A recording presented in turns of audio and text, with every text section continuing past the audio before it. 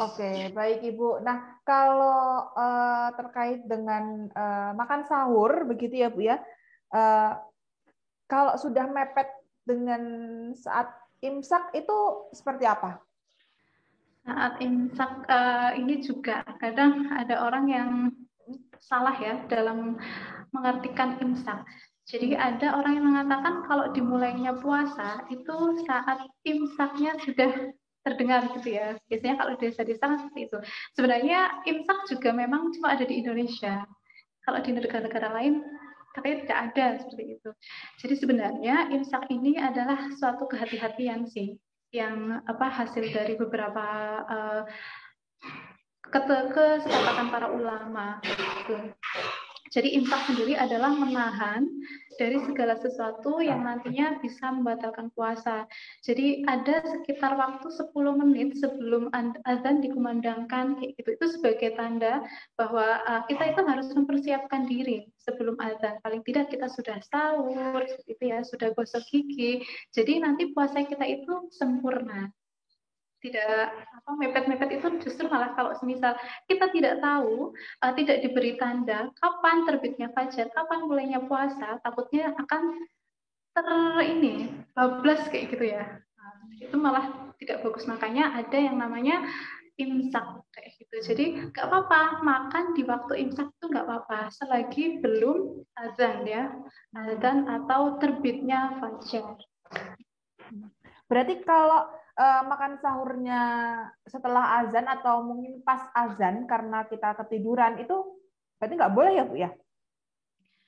Jadi memang tidak boleh Pak, karena sudah jelas ya tadi di Al-Baqarah itu disampaikan bahwa puasa itu dimulai sejak terbitnya fajar sampai terbenamnya matahari. Hmm. Itu juga disampaikan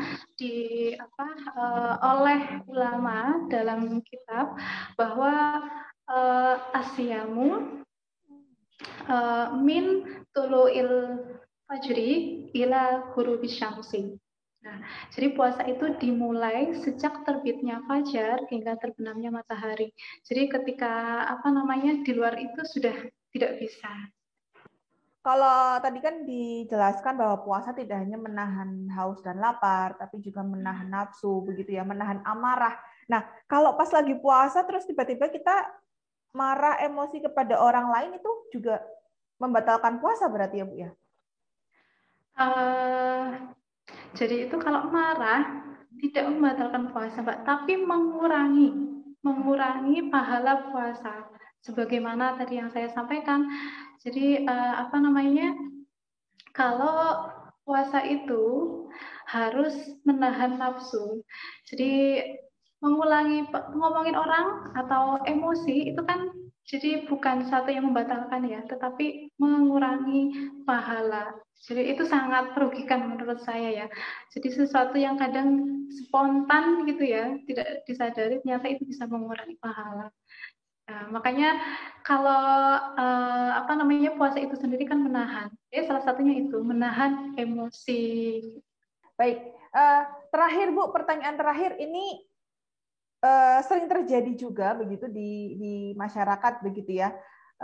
Katanya kalau tidur itu juga mendapatkan pahala ketika puasa begitu. Terus kemudian ada apa ya guyonan-guyonan. Oh ya udah kalau begitu kalau pas lagi puasa tidur aja, ntar pas bangun tidur kan udah buka puasa begitu ya. Nah itu hukumnya seperti apa Bu? Mungkin bisa dijelaskan Bu terkait dengan itu.